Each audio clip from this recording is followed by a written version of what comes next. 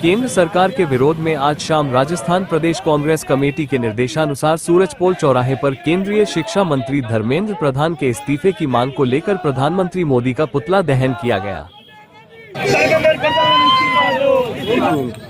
ये जो नीट में और जो बदमाशी चल रही है परीक्षाओं में वगैरह सब, उसके लिए धर्मेंद्र प्रधान का पुतला जलाया है।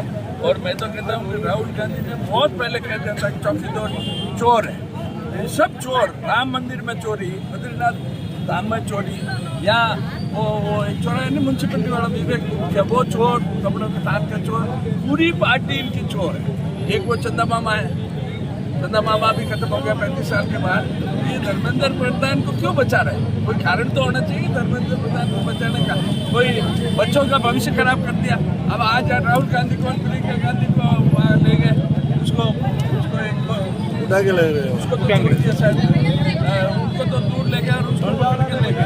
तो ये क्या तरीका? अब पहली बार ऐसा है कि हिंदुस्तान में नरेंद्र मोदी के खिलाफ और बीजेपी के खिलाफ जनता सड़कों पे उतरी है, सिर्फ पार्लियामेंट नहीं, उसके धारा 163 लगाने के बावजूद दिल्ली में इतना जोरदार प्रदर्शन चला है। आज फिर प्रदर्शन हुआ और ये अब ये आग लग चुकी है, चिंगारी लग चुकी है। ये अब आग का विकराल रूप धारण करेगी और दुनिया को, हिंदुस्तान के लोगों को नहीं, दुनिया के लोगों को पता लग जाएगा। नरेंद्र मोदी विदेशों में जाके बड़े बड़े वो सम्मान प्राप्त करता है, हिंदुस्तान में कहीं प्राप्त करना, गुजरात में कहीं प्राप्त करो, राजस्थान में कहीं प्राप्त करो, मध्य प्रदेश में कहीं प्राप्त करो, इंडोनेशिया जाकर इनाम ले रहा है, देश का सर्वोच्च सम्मान ग्रहण कर रहा है। हिंदुस्तान में तो इसकी वो नहीं है। और यहाँ तो ये पुतले जल रहे हैं और वो वहाँ बाहर जाके सर्वोच्च सम्मान ग्रहण कर रहा है। हाँ बोलो। तो आज किसका पुतला जला गया? आज किसका पुतला जला गया? धर्मेंद्र प्रधान की बेवकूफ़ी की वजह से, उसका इस्तीफा नहीं लेने के कारण नरेंद्र मोदी का पुतला जलाया। उनकी क्या मांग थी? उनको तो शिक्षा मंत्री का इस्तीफा मांगा। और जो बच्चे फांसी लगा के मर गए, उन्होंने सुसाइड कर लिया प्रेशर में आके। जो ऐसे अनपढ़ जो सत्ता में बैठा है, सत्ताधारी अनपढ़, तो देश का भविष्य ऐसा ही होगा। युवा इस देश का फ्यूचर है युवा, पूरा हक है, संविधान इनको हक देता है अपनी मांग रखने का। लेकिन ये जबरदस्ती तरीके से संविधान की धज्जियां उड़ा रहे हैं, उनके जो सपनों को कुचला जा रहा है। उनको नए पंख देने चाहिए। शिक्षा मंत्री हाथों हाथ इनको इस्तीफा देना चाहिए था, लेकिन नहीं, वो गोदी मीडिया नहीं बता रहे हैं। अरे मीडिया चौथा स्तंभ होता है इस देश का, सच्चाई सबके बाहर आनी चाहिए। छोटे छोटे मीडिया वाले वो सच्चाई ला रहे हैं, लोग जो केंद्र में बैठे हैं, जो सत्ता के आसपास जो मंडराते रहते हैं, उनके कल्ले चाटते रहते हैं। ये उनके पूरे मीडिया सही बात नहीं बता रही है देश में। तो युवा खुद सड़कों पे उतरा है। इस देश का युवा खुद का हक मांगने के लिए सड़कों पे उतरा है। संविधान उनको हक देता है। जो ये सत्ताधारी है ना, ये सोचते हैं कि घमंड में, अरे रावण ने भी सोचा था उनकी लंका भी जल के राख होगी तो आप क्या हो। युवाओं का हक है, वो मांग रहे हैं, लेकिन उनके तो लाठीचार्ज हो रहे हैं, उनके डंडे बरसाए जाते हैं। 13 साल की लड़कियों को घसीटा जा रहा है, सर फोड़ा जा रहा है। इतिहास में काले अक्षरों में लिखा जाएगा 20 जुलाई 2026, इतिहास में काले अक्षरों में लिखा जाएगा। मोदी जी, जो आप चुप बैठे हो, जो आप सत्ता में बैठे हो, जो आप बड़ी बड़ी डिंगे हाँकते थे, हिंदू राष्ट्र करेंगे, हिंदू राष्ट्र घोषित करेंगे।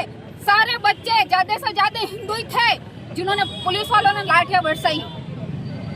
ये है आपका भविष्य, ये आप भविष्य को पंख दे रहे हो, ये आप अच्छे दिन ला रहे हो।